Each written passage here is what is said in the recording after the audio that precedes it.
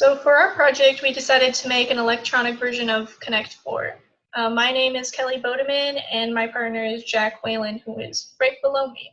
So here is an overview for our video, which we will first go over an introduction, which goes over the functionality, then go into our theoretical design, which just shows you our CAD drawings, circuit diagrams, and some other things. Then going into our construction, which is the initial testing, and then finally show you our final project with a quick video. So now let's go over the project functionality. To start the game, you have to plug it in, which automatically initializes the game. It starts as a blank board, as shown right here. And to start playing, each button corresponds to each column. So select which column you want to drop the ball in, and then click the corresponding button. You continue to play as such until one person has 4 in a row, whether it's red or blue. And then the whole board displays the winner as one color. And after this, if you need to reset the game, there's the 8th button right on the side. In this slide, I'll be going over the logic or state machine diagram. This basically just goes over what the code is doing on a very elementary level. So in state 0, it's going to initialize the game. So that's going to reset all player data and reset the board. So like clearing all the LEDs. Then it automatically goes over to state 1, which is button sensing, and it'll keep going into button sensing until it senses a button. Then it goes into the ball drop animation and the wind detect. Inside of the wind detect, there's 4 winning ways. So there's the horizontal, vertical, and your 2 diagonal directions. If there's no wind, it's just going to go straight back to button sensing. If the wind, it's going to go into wind animation. And in any of these states, except for state 0, there's a reset button function. So this will reset all the player data and LEDs. For the animation for this Connect 4 was pretty simple. So this is in state 2 from the state diagram. We have 2 things going on. We've got the row overload. So whenever a ball is higher than the row, then it will disable the button until it's reset. So for the actual animation code, you can see here it's just 2 things. So on the left, you can see how it actually animates the ball. And then on the right, it shows you how it disables the button if there's an overload. So here is the wind detect code. This is the code that is used to check if there is a horizontal, vertical, or diagonal wind both directions. So on the right, you can see that this is the case for the horizontal scan. It first goes to the leftmost column and then scans across. If the LED to the right is similar, it says wind plus plus, which adds. If it doesn't, it returns back to 0. It continues this until it is through the whole row. If there is nothing, it goes back to button sensing. So this is the wind animation code. So if the code reads that there is a wind, it'll go through this code and then drop down the color swipe, which just shows the whole board as one color, whether it's blue or red. And then after this, you can reset the game and then start again. So for the 3D CAD drawing, this is just what we based our Connect 4 off of. It's made out of NeoPixels arrays with translucent ping pong balls to diffuse the lights, with plexiglass sandwich, a metal stand, and most of the parts on there are 3D printed, so that makes it a little more simple to manufacture.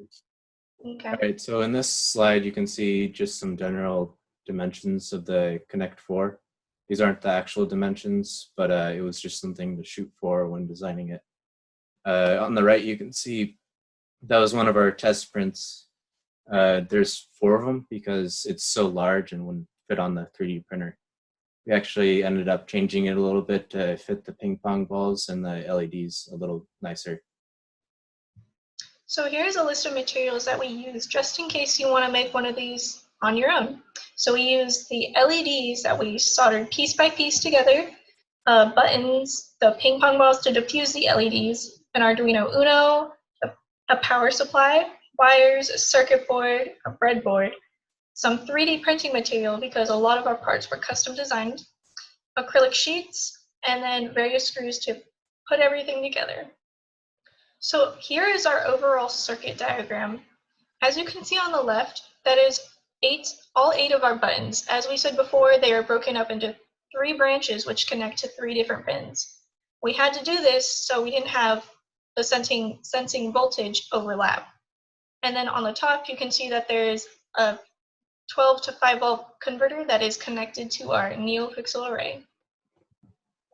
So for the power usage of this Connect 4, all we have to worry about is the LEDs in the Arduino Uno. So the Arduino Uno only uses about 50 milliamps at 5 volts, and the LEDs, each one of them at max power uses about 60 milliamps at 5 volts. So if we add all those together, we need at least a 13-watt power supply. So this slide goes over the custom parts that we made and how we built it all together. So as I said before, a lot of these parts were custom made from the LED matrix to the board. As you can see on the right, we have a little video of our LED matrix that we soldered together and just testing how everything lights up. And then the bottom 2 pictures are the board completely together. And you can see that we 3D printed the backboard into 4 pieces and then glued it together, and even glued the ping pong balls together, and then sandwiched it together with an acrylic sheet. And here's our final product. We have the base, the buttons, the blue and light ping pong balls, and on the back you can see a case for the Arduino and to connect to the outside power source. Next, we'll show you a little clip of our project. All right, so this is our final project. As you can see, if I press any of these buttons, it's going to animate like a ball dropping or puck dropping, as it would be in the real Connect 4. So you can see there's 7 buttons at the front, and then we got this button on the side. That's the reset button. So if I play a little bit and then I press this reset button, it's just gonna reset the Arduino, and then you can keep playing. So if I go ahead and do win, I'll show you what the win animation looks like. See, I got a Connect 4 with the red, so it should do a win animation of the red. We want to make it so it actually lights up the 4 that won later. So see how that turns out. I hope you guys enjoyed our project, but now let's talk about some improvements that we can make. So although we basically finished, we thought there's still some fun animations we could do with our project, such as, what if the person who won with 4 in a row, their color just flashed on the screen so we knew who the winner was? Or it would also be fun if instead of preset colors, the players could choose their colors. Instead of having them red or blue, you can maybe have green and purple. So those are just fun ideas, and maybe we'll get to them over the summer. So I would like to thank my dad, Rob Whelan, for letting me use his shop for this project. It definitely wouldn't be possible without that. And I'd really like to give a great thanks to Cal Maritime for funding our project and making this possible. We would also like to thank Chang Su, our professor, for helping us multiple times throughout our project with the code and any other questions we had. And I would like to thank my partner, Jack, for building the whole project due to this COVID-19 virus. Without him doing this, none of this would be possible. And then some takeaways from our project were we both learned how to 3D print, which was pretty awesome. And we learned about using arrays for our project, and we both learned more about using the Arduino code.